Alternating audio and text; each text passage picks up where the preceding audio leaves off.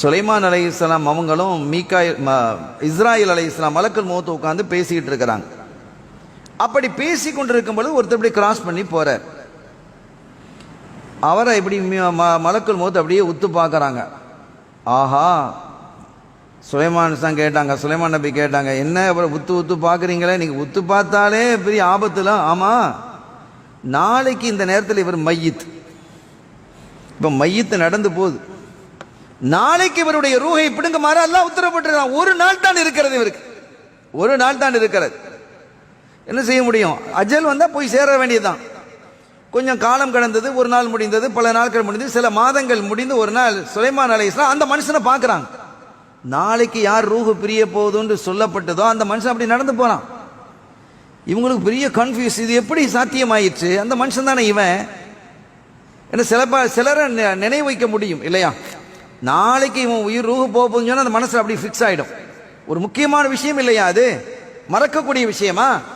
எனவே என்ன, அவங்க மனசுல அப்படி பார்க்கறாங்க. 3-4 மாசத்துக்கு பிறகு அவன் நடந்து போறான். இவன் அவன் அப்படின்னு ரொம்ப ஆச்சரியப்பட்டு போனாங்க. இது எப்படி சாத்தியமாயிற்று? இவன் எப்படி இன்னும் ஹயாத்தா இருக்கிறான்?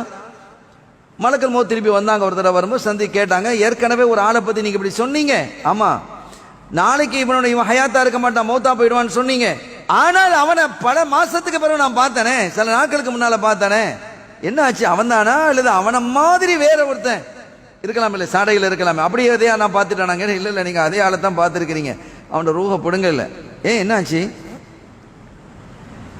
அவன் போகும்போது வீட்டில் உள்ள மனைவி மக்களுக்காக ஒரு கடையில் ரொட்டி உணவுகள் பார்சலில் வாங்கிட்டு போனான்.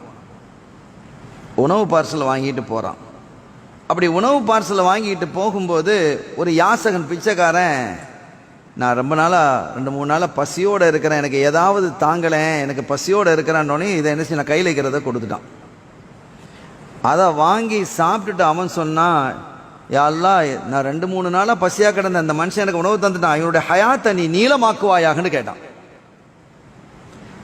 அல்லாஹ் 40 வருஷம் அதிகமாக்கி இருக்கிறான். 2 விஷயங்கள் இணையுது, ஒன்று சதக்காவும் இணையுது, துவாவும் இணையுது. 40 வருஷம் அதிகமாக்கினான் என்பது மாத்திரமல்ல, இந்த 40 வருஷத்திலையும் ஒரு சிறு பாவம் கூட செய்யாமல் அல்லாஹ் பாதுகாப்பதற்காக வாக்களிச்சிருக்கிறான். அல்லாஹ் நம்மையும் அப்படி பாதுகாப்பானாக. எவ்வளவு பெரிய பாருங்க. அப்ப இந்த தர்மம் என்பது அவ்வளவு பெரிய, அல்லாஹ்வுக்கு ரொம்ப பிரியமானது. கொடையாடி அல்லாஹ், அவனுடைய குணம் தர்மம் செய்வது என்பது.